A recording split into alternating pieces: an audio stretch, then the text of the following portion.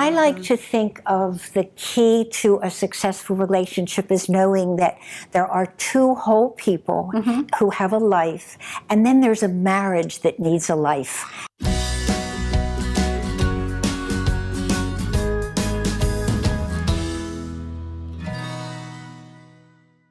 So the statistic is 50% of marriages fail, right? So the question is, why do some fail and others survive?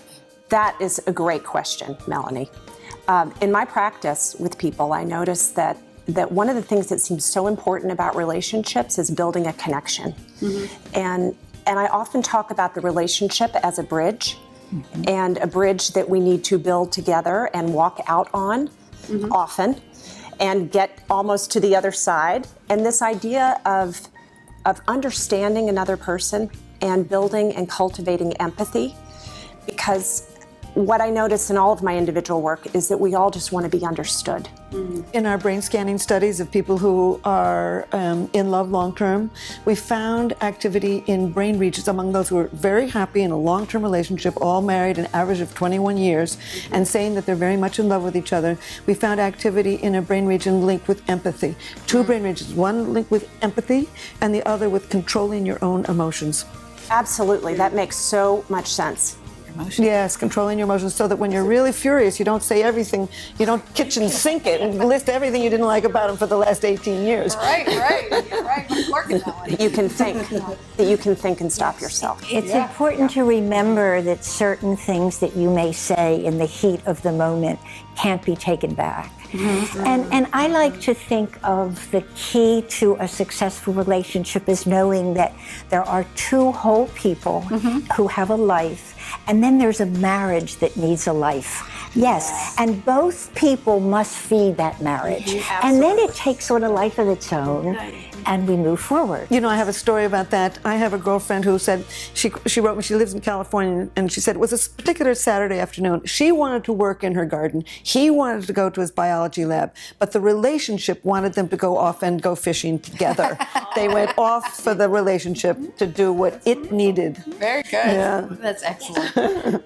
Well, I agree with Tolstoy when he said that all happy families are the same, but unhappy families are unhappy in a different way. That really speaks to me. I think that, there are a million reasons why relationships fail.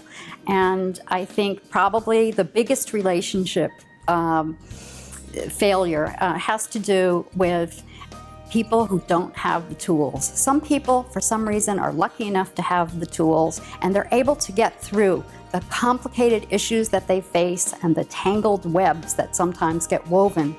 But the people who are ill-equipped to work on their relationship together, those are the ones who fail. And if they don't go out and ask for some help, it's a really sad thing, because we're all sitting here and we all have some great ideas about how to help people. But if they don't come and ask for help, then sometimes the relationship is doomed. Or even recognize that there is help, or that they could be doing something differently. Yeah, they call it date night. Just going out on a date, don't talk about the children, don't talk about work, get back into doing the kinds of things you used to do together when you were first dating. And of course, some of that novelty will drive up the dopamine system in the brain and give you feelings of romantic love. You also have to try and have some sex with them too, because date night can lead to good sex. Time alone where you just concentrate on each other. And when money is a problem, friends can take care of your children so that for you, your community, so that you have this time to be with your cherished one. This question about why some marriages fail and others survive, it sounds like it comes down to building a bridge, knowing your partner, being empathetic to what they need, taking a walk in their shoes, and having some great sex.